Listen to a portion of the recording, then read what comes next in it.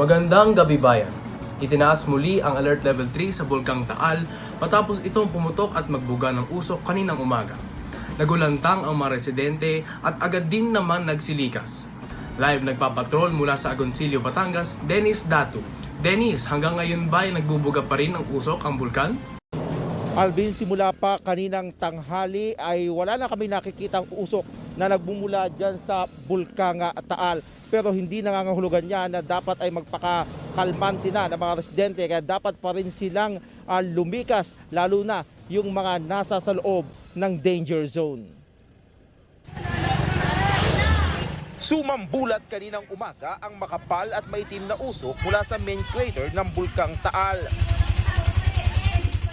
Alas 7:22, pumutok na ito at nasundan ng marami pang pagputok. Nagbuga ito ng makapal na usok na may taas na 1,500 na metro. Nagdilim ang paligid kasunod ng pagbagsak ng ulan na may kasamang buhangin at putik sa Barangay Banyaga sa bayan ng Agoncillo. Gayon din sa Barangay Buso-Buso sa bayan ng Laurel. Parang ulan din na patak-patak na buhangin. Ang sakit sa mata. Kaya po ang mga pamilya po namin iniligas na namin at para kung ano man, kami po ay maluwan ng pag-alis. Paglabas ko, pagkita ko dyan sa may bulkan, bigla pong umusok ng malakas.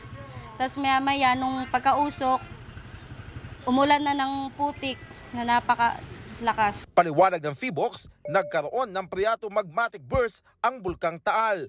Naghalo ang magma at tubig sa mababaw na parte ng main crater, kaya nagkaroon ng pagsabog. Posibleng magdulot ito sa mga susunod pang mga eruption. Kaya bawal pong pumunta sa Volcano Island at yung mga delikadong mga barangay, high-risk barangay ng Agoncillo at Laurel. Dahil sa posibilidad ng panganib ng mga pyroclastic density currents, kasi sila po ang nakadungaw doon sa mababaw na parte ng main crater at sila po yung pinakamalapit na lugar mula sa isla. Posible naman siyang mag-subside.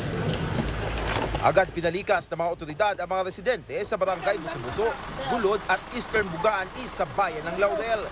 Gayon din sa mga barangay ng Banyaga at Binibinwang sa Agoncillo na nasa loob ng 7-kilometer danger zone. Ayan na nga po mga kapamilya, lagi po tayong mag-ingat lalo sa panahong ito. Siguraduhin po natin na mailikas natin ang mga pamilya at mga mahal sa buhay.